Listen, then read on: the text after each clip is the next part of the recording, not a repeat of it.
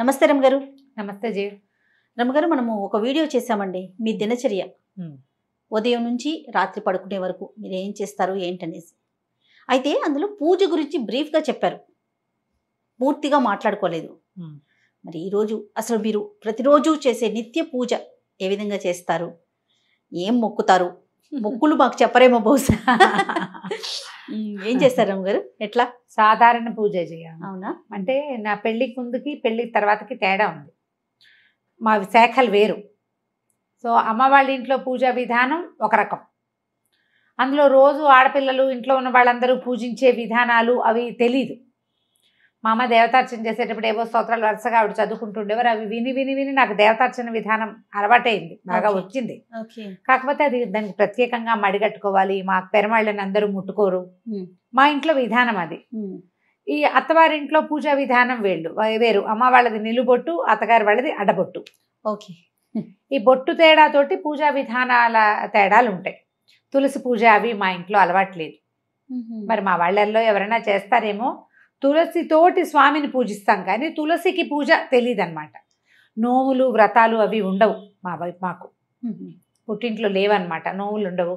ఈ మన పౌర్ణమి నోములని, వరలక్ష్మి వ్రతము, తర్వాత మంగళగౌరి వ్రతాలు అవి ఏం చెయ్యం మేము. ఓకే. అక్కడ ఉండవు. వాళ్ళకి ఆ సిద్ధాంతం కాదనమాట. వాళ్ళ సిద్ధాంతం వేరుగా ఉంటుంది. అయితే తర్వాత కొంచెం పెద్దవాళ్ళం అయ్యాక వినాయక చవితి ఒకటి బాగా చేసుకుంటూ ఉండేవాళ్ళం. తర్వాత వరలక్ష్మి వ్రతం పూజ చేసుకోవటం. లక్ష్మీ పూజే కదా, ఆడపిల్లలకు మంచిదని మా రంగపిన్నో మా ఆండక్కో ఎవరో వాళ్ళిద్దరిలో వాళ్ళు ప్రవేశపెట్టారు.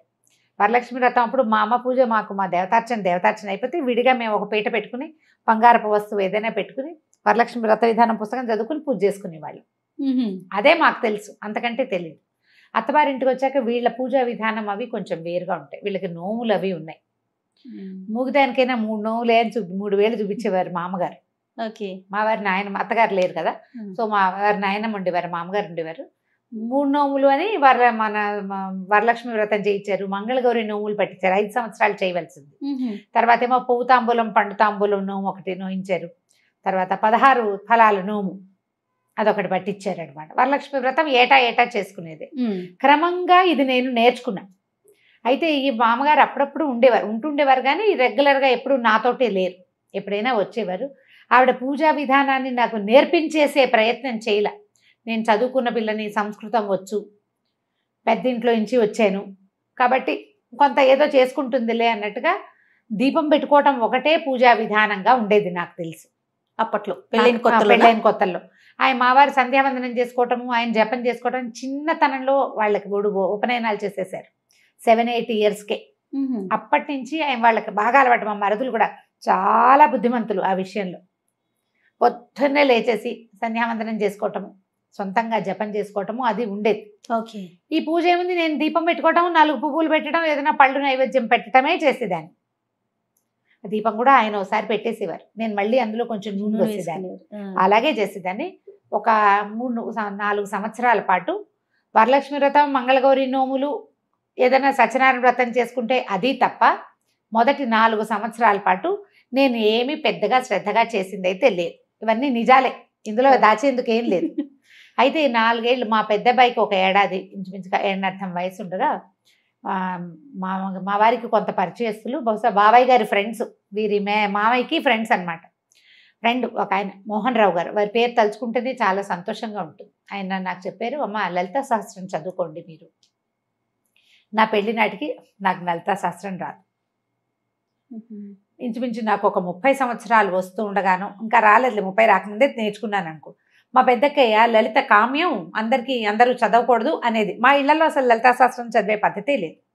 అయితే ఒకసారి చెప్పడానికి మొదలుపెట్టింది. మేము ఒక 20-15 శ్లోకాలు నేర్చుకున్నాం. మా అక్కయ్య నోటికి చెప్పేది. అక్కయ్య చదువుకోవటమే, అయితే అక్కయ్యకి చెప్పడం వచ్చు. నేను ఎట్లా చెప్తున్నా అట్లా మా పెద్దక్కయ్య చెప్పేది. నేను, మా ఆఖరక్కయ్య, మా పెద్దక్కయ్య గారు అమ్మాయి, అట్లా మేము ముగ్గురు. మాకు తొందరగా వస్తాయి. సంస్కృతం ఒకటి ఉంది కదా, ఒక 18 శ్లోకాలు ఏమో 20 శ్లోకాలు చెప్పుకుని ఉంటాం అంతే, అంతకంటే చెప్పుకోవాలి. ఆయన లలితా శాస్త్రం చెయ్యండి అని చెప్తే ఇక అప్పుడు రోజు చదవటం నేర్చుకోవడం కోసం నేనే సొంతంగా చదువుకున్నా. అందరికంటే నాకు ప్లస్ ఏంటంటే నాకు సంస్కృతం రావటం, వాచాదోషాలు లేకుండా చదవటం వచ్చు. ఒక పదాన్ని అక్కడ ప్రింట్లో తప్పుంటే ఈ అక్షరం ఇట్లా ఉండకూడదు, ఇది కాదు అయి ఉంటుంది, పదం ఇది కాదు అని నేను సరి చేసుకోగలను. నాకు డౌట్ వస్తే మా 5వ వసంత తను PhD సంస్కృతంలో, తనకు ఫోన్ చేసి వసు ఏమిటో ఇక్కడ ఇలా ఉంది, ఈ పదం కరెక్ట్ అంటావా అని అడిగితే మా అక్కయ్య అయినా కరెక్ట్ చేసేది. 4-5 పదాలు మా అక్కయ్య కరెక్ట్ చేసింది, మిగిలినవన్నీ నేనే కరెక్ట్ చేసుకున్నాను. అట్లా లలితా సహస్రం చదవటం అలవాటైంది. రోజు చదువుకునేవారు? అప్పుడు రోజు చదివేదాన్ని, ఇప్పుడు కూడా చదువుతా. కానీ అంత అప్పుడు నేర్చుకోవడం కోసం ప్రతిరోజు పెద్ద స్వరంతో పెద్ద గొంతు కదా, నా వాయిస్ పెద్దది. ఆ తర్వాత నన్ను ఖడ్గమాల వైపుకి తిరిగింది మనసు. లలిత, ఖడ్గమాల, ఈ 2 దేవి ఖడ్గమాల కూడా అవి చాలా అట్రాక్ట్ చేస్తాయి అన్నమాట. తర్వాత అంటే మా పెళ్ళైన ఒక 10-11 సంవత్సరాలకి మా మామగారు చేసేవారు రెగ్యులర్గా దసరా ఉత్సవాలు 10 రోజులు ఉత్సవాలు చేయటం మా ఇంట్లో అలవాటు ఉంది. మా వారికి ఏదో ఒక ఉత్సాహం వచ్చింది, తను చేద్దాం అనుకున్నారు. అప్పటి నుంచి మొదలుపెట్టి ఇప్పటిదాకా దసరాలు చేస్తూనే ఉన్నాం మేము. దసరా ఉత్సవాల కోసం ప్రత్యేకంగా కలశం పెట్టుకోవటము మా ఇంట్లో ఉంది. నవరాత్రులు చేస్తారు? నవరాత్రులు చేస్తాం. 10 రోజులు పగలు ఉపవాసం, రాత్రి భోజనం, 2 పూట్ల లలిత ఖడ్గమాల ఇవి చదువుకోవటం. నాకు అప్పటి నుంచి త్రిశతి చదవటం అలవాటైంది. ఓహో. లలిత సహస్రము ఖడ్గమాల కంటే కూడా త్రిశతి విపరీతంగా ఆకర్షించింది నన్ను. అది చదువుతూ ఉంటే ఎలా వస్తుందంటే ఒక పూనకం వచ్చినట్టు ఉంటుంది అనమాట. అసలు అమ్మవారి యొక్క ఆవిడ యొక్క శక్తి ఒక్కొక్క పదంలో తెలుస్తూ ఉంటుంది. అర్థం అవ్వటం ఎంత ప్లస్ అంటే, నేను భగవంతుడికి కొన్ని లక్షల సార్లు నమస్కారం చేసుకున్నా. నన్ను ఒక సంప్రదాయ సంస్కృత పండితుల ఇంట్లో పుట్టించి ఈ పదాలకి అర్థం తెలుసుకోగలిగే మాత్రపు ప్రజ్ఞని నాకు పెట్టినందుకు నా పూర్వజన్మ కర్మ ఫలితం వల్ల, భగవంతుడి అపార కృపాకటాక్షాల వల్లే అది కుదిరింది. ఆ పదాల అర్థం తెలిస్తే ఆ శక్తిలోకి మనం ప్రవేశిస్తున్న భావన వస్తుంది జయ. అవునమ్మా, అవును. స్పెల్లోకి మనం వెళ్ళాలి లోపలికి, ఆ వెళ్ళగలిగే అవకాశం లభించింది. అట్లా ఈ లలిత మొదలుపెట్టిన దగ్గర నుంచి నాకు నిత్య గౌరీ పూజా విధానం ప్రాక్టీస్ చేశాను నేను. మా వాడికి, మా పెద్ద అబ్బాయికి 2 ఏళ్ళు అంటే ఇప్పటికి ఇంచుమించుగా ఒక 23 సంవత్సరాల నుంచి నిత్యము గౌరీ పూజ, షోడశోపచారాలు గబగబ గబగబా చేసేసుకుంటా. శుక్రవారం మాత్రం లక్ష్మీ పూజ. ఇది ప్రాక్టీస్ అయింది. అప్పటి నుంచి చేస్తూనే ఉన్నా. మామూలుగా నాకు స్తోత్రాలు అవి చాలా అలవాటున్నాయి. దీంతో పాటు ఇంకొక విషయం ఏం చెప్పాలంటే, సమాశ్రయణం అంటారు వైష్ణవులలో, అదొక విధానం. అంటే శ్రీ వైష్ణవ పూజా విధానంలో ఈ శంఖ చక్రాలు వేస్తారు భుజాల మీద. ఎవరికైనా శ్రీ వైష్ణవం ఇవ్వచ్చు అలాంటివి వినుంటారు కదా. అవునమ్మా. నాకు కూడా సమాశ్రయణం అయింది. నా పెళ్లికి ముందే చేశారు. అప్పుడు స్వామివారు ఒక అవకాశం ఇలా చెయ్యండి అని చెప్తే, మా అమ్మ మా ఇంట్లో ఎవరిదో సమాశ్రయణాలు జరుగుతున్నప్పుడు, నాకు వివాహానికి ముందే జరిగింది. సాధారణంగా వివాహం అయ్యాక చేస్తారు. మరి భగవంతుడు నాకు ఆయన నా మీద చూపించిన అపార కృపాకటాక్షాల్లో అది కూడా ఒకటి. అది అవ్వటం వల్ల నేను ఇంకా వేరే ఏ మంత్రోపదేశము తీసుకోలేదు. అష్టాక్షరి ఉపదేశం నాకు వివాహాత్ పూర్వమే ఉంది. నేను శాఖ మారిన నారాయణమూర్తి నాతోటే ఉన్నాడు. ఆయన నన్ను వదిలిపెట్టలే. ఈ రోజువారీ పూజా విధానం ఇవన్నీ చేసిన ద్వయమంత్రం లేకుండా, అష్టాక్షరి లేకుండా నా రోజు గడవదు. దానికి గురు పరంపర చెప్పుకోవటము, గురు పరంపర చెప్పటం, రూపం ధరించడం, బొట్టు పెట్టుకోవటం, అవి చేయటల్లా వీరు విధానం వేరు కదా. దాని మీద తగాదాలు వాటికి వెళ్ళడం. నారాయణుడు నాతోటి ఉన్నాడు, బొట్టులో ఉండక్కర్లేదని భావించాను నేను. ఇది ఇప్పుడు ఎవరికైనా సమాధానం చెప్పాల్సిన అవసరం కూడా లేదు కదా. మీకు సొంత విషయం కదా, నా సొంత విషయం. మా అమ్మ వాళ్ళు పెద్దగా అభ్యంతర పెట్టలేదు. నేను నా అష్టాక్షరి తీసుకున్నా, మా వారికి నేను చేసుకునేది అది నాదే, నేను ఎవరికి చెప్పక్కర్లేదు. ఇప్పుడు ముఖతః చెప్తున్నాను కానీ తెలుసు వాళ్ళకు కూడా. నేను అష్టాక్షరి చేసుకుంటా తప్పకుండా. ఒక 108 ఖచ్చితంగా మాలతోటి జపం చేసుకున్నాక అప్పుడు వేరే పని చేసుకుంటాను. ఎంత పరిగెడుతున్నా ఇవి 2 మాత్రం ఇది తప్ప. ఆ స్నానం చేసి నేనేం చేస్తాను, నేను చదువుకునే స్తోత్రాలు నాకేంటంటే మా ఇంట్లో అలవాటు ఉన్నవి కొన్ని ఉన్నాయి రెగ్యులర్గా చేసేవి. పంచాయుధ స్తోత్రము, తర్వాత ఏమో వెంకటేశ్వర సుప్రభాతము, ప్రపత్తి స్తోత్రము. సుప్రభాతాలు రోజు చదవను, శనివారం మాత్రమే సుప్రభాతం చదువుతా. ప్రపత్తి స్తోత్రాలు రోజువారి గడగడ వెళ్ళిపోతాయి. అవి అలవాటు అయిపోయింది చిన్నప్పటి నుంచి. ముందు నుంచి వచ్చు అవి నాకేంటంటే ఇప్పుడు రావట్లేదు జయ. ఇదివరకు ఎవరైనా 4-5 రోజులు వరుసగా చదివితే తర్వాత నాకు వచ్చేసేవి. మా అమ్మగారు చదివే రామరక్షా స్తోత్రం అవన్నీ మా అమ్మ చదువుకునేది. ఇవన్నీ రావటంతో స్నానం చేసి నేను దేవుడి దగ్గరికి వెళ్ళే లోపల కుదిరితే ఉచ్చేశ్రవంతో పెద్ద సౌండ్, లేకపోతే నోట్లో అయినా వరుసగా గణేష పంచరత్నాలు, తర్వాత ఏమో సుబ్రహ్మణ్యాష్టకము, తర్వాత ఏమో వెంకటేశ్వర కరావలంబము, ఈ 3 లైన్. ఈ 3 చదివాక పంచాయుధ స్తోత్రం. పంచాయతీ స్తోత్రం బాగా చిన్నప్పటి నుంచి అలవాటు, పంచాయతీ స్తోత్రం చదువుకోవటం. ఆ తర్వాత స్వామివారిది సుప్రభాతాలు, ఇవి ఈ లైను, ఇవి ఒక 3. వీటితో పాటు రామరక్షా స్తోత్రం బాగా ఇష్టం. రామరక్షా స్తోత్రం, కాలభైరవాష్టకం అప్పుడప్పుడు చదువుతాను. దక్షిణామూర్తి స్తోత్రం చాలా ఇష్టం నాకు. దక్షిణామూర్తి, ఈ మొత్తం ఇన్ని స్తోత్రాలు కలిపి అటు ఇటుగా నేను అక్కడే కూర్చుంటే ఒక 20 నిమిషాలు 25 నిమిషాలు పడుతుంది నాకు కూర్చుని ఉంటే. ఖాళీగా అలవాటు ఉంది కదా, కంఠస్థం అలవాటు ఉంది కాబట్టి అక్కడ కూర్చోక్కర్లేదు, పని చేసుకుంటూ ఇవి చదివేసుకుంటా. అక్కడి నుంచి దేవుడి దగ్గర కూర్చున్నప్పుడు దీపారాధన చేయటం, పువ్వులు తెచ్చుకోవటం. అంటే బయట నుంచి కొనుక్కొచ్చిన పువ్వులని ఇప్పుడున్న నేను కొత్తగా వెళ్ళే 5-6 సంవత్సరాల క్రితం ఇల్లు తీసుకున్నాం. అక్కడ ఏంటంటే కింద కాసిన మొక్కలు ఉన్నాయి, ఏవో పువ్వులు వస్తాయి. నా అదృష్టం ఏంటంటే భగవంతుడు నాకు తోడబుట్టిన వాళ్ళని ఎంతమందిని ఇచ్చాడో, అలా ప్రేమగా నాతో ఉండే వాళ్ళని కూడా కొంతమందిని ఇచ్చాడు. కింద ఫ్లోర్ లో ఉండే జ్ఞానశ్రీయే ప్రతిరోజు పువ్వులు కోసం నాకు తెచ్చిస్తుంది, పంపిస్తుంది, పట్టుకొచ్చిస్తుంది. 90% తనే తెచ్చిస్తుంది. గ్రేట్. ఒక్కొక్కళ్ళని అట్లా ప్లస్ చేస్తాడు. ప్లస్ పువ్వులు పట్టుకొస్తుంది. ఏమైనా కొన్న పువ్వులు, చామంతులు అవి ఉంటే అవి పెట్టుకుంటే పువ్వులు పెట్టుకోవటం, ఈ వరుసలు అయినంతా చదువుకోవటం. ఖడ్గమాల కూడా చదివేస్తే అక్కడక్కడ ఖడ్గమాలే వెళ్ళిపోతుంది. శుక్రవారాలు నేను ఇంట్లో ఉన్నప్పుడు మాత్రం లలిత కానీ త్రిశతి కానీ చదువుకుంటా. దసరాల్లో పూర్తిగా ఇవి 3 వీటిని అలవాటుగా చదవటం అలా ఉంది. సాయంకాలాలు ఏం చేస్తాను, దీపం పెట్టుకుని ఎక్కువ ఏం చెయ్యను. సాయంత్రం తేలిగ్గా 1-2 స్తోత్రాలు చదువుకుంటా. త్రిశతి సాయంత్రం చదివితే ఏంటంటే పగలు పనిచేసిన అలసటంతా పోతుంది జయ. ఏంటో నాకు అవునా అవకాశం దొరుకుతుంది, అప్పుడప్పుడు, రోజు ఉండదు. ఇప్పుడు నేను ఇక్కడ 7:30 అయిపోయింది అనుకో, నా వల్ల కాదు ఇంకా కూర్చోవటం. పెంద్రాలే వెళ్ళిన రోజున తప్పకుండా చేస్తాను.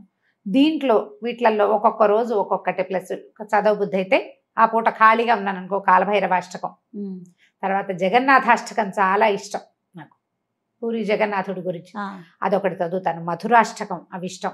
కృష్ణుడికి సంబంధించిన చాలా స్తోత్రాలు. ముకుందమాల మా ఇంట్లో ఉపదేశం ఉంది, నాయనమ్మకు ఉండేది. మా నాయనమ్మ ఆవిడ ఇట్లా మంచంలో ఉన్నా కూడా గుష్యతే ఎస్సే నగరే అనుకుంటూనే ఉండేవారు. దాంతో అదొకటి బాగా ఇష్టం. నేను ఆ ముకుందమాల పాఠం కూడా చెప్పాను. బాగా ఇంట్రెస్టింగ్ గా ఉంటుంది ముకుందమాల కూడా. అది కూడా అసలు ఎట్లా కృష్ణుడిలోకి మనని తీసుకెళ్ళిపోతుందంటే అర్థం కావాలి. ఇక్కడ ప్రధాన అంశం ఏంటంటే రమ్మగారు, మీకు వాటి భావం తెలియటం, దాని వలన పూర్తిగా ఇన్వాల్వ్ అయిపోతారు, దాని లోపలికి వెళ్ళిపోగలుగుతారు కదండి. నిజంగా అది చెప్తున్నాగా, లక్షల సార్లు కృతజ్ఞతలు చెప్పుకున్నా భగవంతుడికి అసలు అది తీరదనమాట. ఉన్నావు నాయన. అందుకని ఇప్పుడు లేకపోతే అంత అవకాశం అందరికీ లభించదు. అవునవును. ఆ లభించటం, దాంతో పాటు నాకు భక్తి ఉండటం, ప్రధానంగా భగవంతుడి మీద ఆసక్తి ఉండటం. ఎంత హడావిడిలో ఉన్నా ఏదో ఒకటి. ఇప్పుడు నేను బజార్ ప్రయాణంలో కూడా నేను చదువుకుంటారు. ప్రయాణం ఒకవేళ నేను ఇంటి దగ్గర ఏం చదువుకునేందుకు అవకాశం లేక అలా పరిగెత్తుకుంటూ రావాల్సి వచ్చినప్పుడు మా టీవీకి వెళ్ళినా కూడా అక్కడ కారులో చదువుకుంటా మొత్తం స్తోత్రాలు. పువ్వులు వేసి గబగబా ఈ పూజ చేసేసి అక్కడి నుంచి ఈ స్తోత్రాలన్నీ రెగ్యులర్ గా ప్రతిరోజు. నిత్య నైవేద్యాలు ఏమైనా పెట్టుకుంటారా రమ్మగారు? అలా మా దగ్గర ఏంటంటే నేను ఇంట్లోనే ఉంటే ఏదైనా చేసి పెట్టుకుంటాను జయ. ఇంట్లో లేకపోతే ఎక్కువగా మేము పెట్టేవైతే పాలు పళ్ళే. మా వారికి ఆయన పూజ అయింది కదా, తన పూజ వేరు అది వేరు. ఆయన అంటే ఒకే చోట దేవతార్చన ఉన్నప్పటికీ ఆయన పద్ధతి విధానాలు వేరు. ఆయన రెగ్యులర్ గా చేసేసుకుంటారు. ఆయన పంచాయతనం ఉంది మా ఇంట్లో, శివ పంచాయతనం ఉంది. ఆయన అభిషేకం చేసుకోవటము, నైవేద్యం పెట్టుకోవటము. అయితే ఈ పంచాయతనాల్లో కూడా మరి అన్నం నివేదన పెట్టాలని కొంతమంది చెప్తారు, కానీ మాకేంటి ఇంట్లో పెద్దవాళ్ళు చెప్పేదాన్ని పాటిస్తాం. అలా కాదు, ఇలా పెట్టండి, అలాగే చేయక్కర్లేదు. కాబట్టి ఇక మడి కట్టుకుని అన్నం వండి పెట్టాలి లేవు. దసరాలు, నవరాత్రుల్లో, తర్వాత వినాయక చవితి, ఇవన్నిటికీ మడితో వండుకునే అలవాటే ఉంది మాకు. రోజు వారడి లేదు. రోజు ఎక్కువగా మేము పెట్టేది పళ్ళు, పాలు, తర్వాత ఏమో పటిక బెల్లము, పంచదార, బెల్లము, ఏదైనా కొంచెం పులగం చేసుకుంటే పులగం పెడతాం. అట్లా నివేదన చేసుకుంటాం. కొబ్బరికాయలు కొట్టడము. ఇదే విధానం. ఇప్పుడు ఇందులో ప్లస్లు మైనస్లు ఇందులో ఎవరి సలహా సంప్రదింపు ఐడియాలు లేవు. పూర్తిగా మీది కదా, పూర్తిగా నాదే. భగవంతుడు నాకు ఇచ్చిన స్వాతంత్రం ఏంటంటే ఇందులో నన్ను కరెక్ట్ చేసే వాళ్ళని ఎవరిని పెట్టలా నాకు. కానీ భావాలు వేరు కదా రమ్మగారు మీది, కానీ ఇంట్లో డాక్టర్ గారిది కానీ భావాలు వేరు కదా. ఎక్కడన్నా ఇబ్బంది అనిపించిందా మీకు? ఏం లేదు, అదే చెప్తున్నా, అదృష్టవంతులైతే. ఆ విషయంలో అదృష్టవంతులే. మా మరుదులు చాలా ప్రేమగా ఉన్నారు నాతోటి. సొంత తమ్ముళ్ళున్నా అంత బాగా కలిసి ఉండేవాళ్ళు కాదేమో. ఓకే. వాళ్ళ ఫస్ట్ ప్రిఫరెన్స్ వదినే. ఎప్పుడు మొదటి నుంచి అప్పటి నుంచి ఇప్పటిదాకా ఇంచుమించు 30 సంవత్సరాలు అవుతుంది. నన్ను కరెక్ట్ చేయలే ఎప్పుడు. మా మామగారు కొంచెం అంటి ముట్టినట్టే ఉండేవారు. గౌరీ పంచాక్షరి తీసుకోండి అని చెప్పారు ఒకసారి. మిమ్మల్ని తీసుకోమన్నారు ఒక మంత్రం, గౌరీ పంచాక్షరి తీసుకోవచ్చు అని, బాగుంటుంది అని. మంచిది అవును స్త్రీలకి, అది మంచిది. అది కూడా భర్త నుంచే తీసుకోవాలి, అలా ఏవో నియమాలు ఉండే. నాకు అంత బాగా తెలియదు దాని మీద. ఓకే. నాకు ఎందుకనో అంత అనిపించలేదు. నారాయణమూర్తిని వదిలిపెట్టాలని అనిపించలే. వారితో పాటు ఇంకేది చేద్దాం. రమ్మగారు ఇది సందర్భం కాదు, కానీ నాకు ఒక ప్రశ్న అండి. ఎప్పటి నుంచో శైవ వైష్ణవ మతాలు అసలు ఎందుకు ఈ డిఫరెన్స్ వచ్చిందండి? అంటే అది తప్పు అనేది నా భావన కాదు. కొంతమంది శైవం, కొంతమంది వైష్ణవం. ఎందుకు వచ్చింది? ఇప్పుడు మీరు 2 భావాలతో ఒకే ఇంట్లో ఉంటున్నారు, అది మీరు సర్దుకుపోవటంలో వెళ్ళిపోతుంది. భగవంతుడు ఒక్కడే కదా అనే భావన ఉన్నప్పుడు ఇలాంటి చీలిక అసలు ఎక్కడి నుంచి వచ్చిందంటారు? ఇవి అంటే 2 వైదికమైనవే జయ. శివకేశవులు ఇద్దరు స్థితిలయకారకులు. అవును. అయితే ఈ స్థితికారకుడైన విష్ణువే పరమదైవతం అని భావిస్తారు వైష్ణవులు. ఆ స్వరూపం, ఆ నడిపించే ఆ కథ, ఆ క్రియ, అది ఆకర్షితులను చేస్తుంది కొంతమందిని. శివుడు లయకారకుడు, ఐశ్వర్యకారకుడు, ముక్తి ప్రదాయకుడు.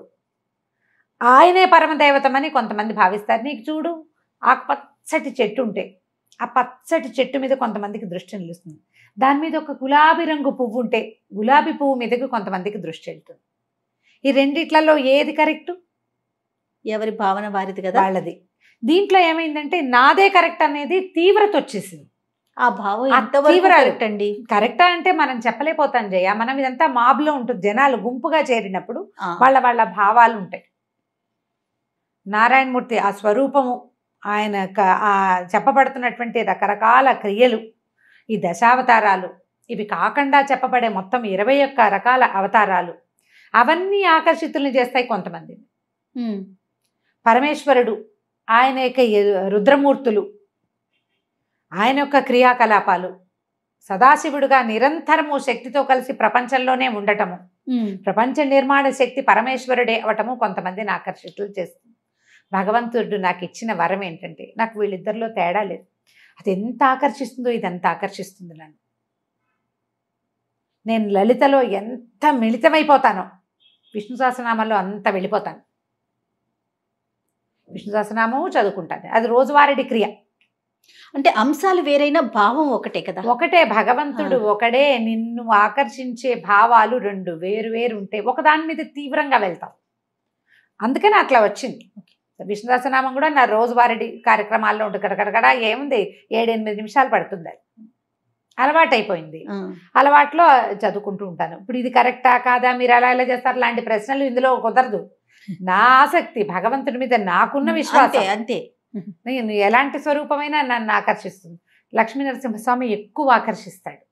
మా పుట్టింట్లో ఉండటం వల్ల మాకేమో ఇలవేల్పు నరసింహస్వామి. నాకు అసలు నరసింహస్వామి విగ్రహం ఎక్కడైనా చూస్తే నాన్నని చూసినట్టు ఉంటుంది. నాకు పరిగెత్తుకుంటూ వెళ్ళిపోతాం. అక్కడ నరసింహస్వామి కనపడ్డంటే మావాడు అంతే, అలాగే అనిపిస్తుంది. మా నాన్నని చూసినట్టే ఉంటుంది. నేనే కాదు, మా ఇంట్లో ఉన్న జనమంతా నరసింహస్వామికి అట్లాగే ఆకర్షితులు అవుతారు. మా చిన్నతనం అలవాటును బట్టి అంతే. మా నాన్న కరావలంబం చదివేవారు, నృసింహ కరావలంబం. అది కూడా నాకు నోటికొచ్చు. మొత్తం మా సమూహం అందరికీ వచ్చింది. కరావలంబం కూడా అట్లాగే ఆకర్షిస్తుంది. ఇంత భక్తి ఉన్నా కూడా నేను కొంచెం ప్రాక్టికల్గా ఉండటమే నా యొక్క భగవంతుడు ఇచ్చిన వరం అనమాట. నాకు ఇన్ని చెప్తున్నారు, ఇన్ని స్తోత్రాలు చెప్తారు, ఇంత పూజా విధానం ఉంది కదా రమ్మగారు. కానీ మీరు మాట్లాడేది ప్రాక్టికల్గా ఎలా చెప్తారంటే, భక్తి ముఖ్యం, భావన ముఖ్యం. భావమే ముఖ్యం. భక్తి ఉండాలి, భావం చాలా ముఖ్యం. అది ఉన్నప్పుడే మనస్ఫూర్తిగా పూజ చేసుకోగలుగుతాం. అది 5 నిమిషాల అరగంట అనేది పక్కన పెడదాం, అవకాశాన్ని బట్టి. అంతే. రైట్. చాలా బాగుంది రమ్మగారు.